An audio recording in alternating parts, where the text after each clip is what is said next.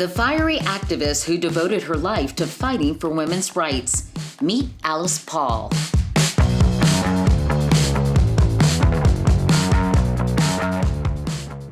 Born to a prominent Quaker family in Mount Laurel, New Jersey in 1885, Alice grew up attending suffrage meetings with her mother, Tacy. After earning her master's degree in sociology from the University of Pennsylvania in 1907, she moved to England to continue her studies. She quickly connected with Britain's rowdy suffragist movement, joining street protests, committing acts of civil disobedience, and even getting arrested for demanding the right to vote. When she returned to America, Alice was determined to bring that energy home.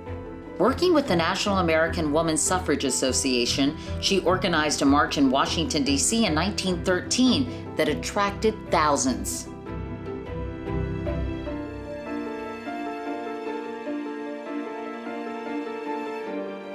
Alice believed that lobbying Congress would be the most effective way to win the vote. So in 1916, she formed the National Women's Party with the goal of amending the Constitution.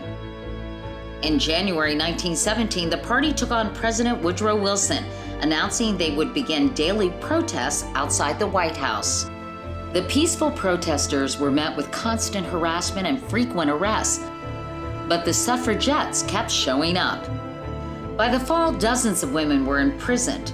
Alice, on a hunger strike, endured brutal force feedings. Others were beaten.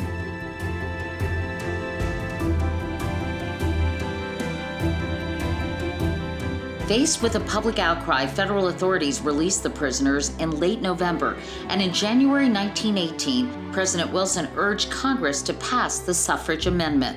By 1919, it had been approved by both the House and the Senate, and after state ratification on August 18, 1920, the 19th Amendment became law.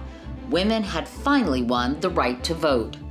Alice moved on to her next challenge, passage of the Equal Rights Amendment, which she wrote herself. Men and women shall have equal rights throughout the United States and every place subject to its jurisdiction. The ERA faced strong opposition, and some thought it might even undermine existing protections for women. After being introduced in 1923, it took nearly 50 years for the ERA to pass through Congress, but Alice refused to give up. Alice died in 1977 as the ERA was being voted on by the states, a battle that continues today. In 2020, Virginia became the 38th state to ratify the ERA, almost 100 years after Alice first proposed it. Alice Paul, a lifelong crusader for gender equality.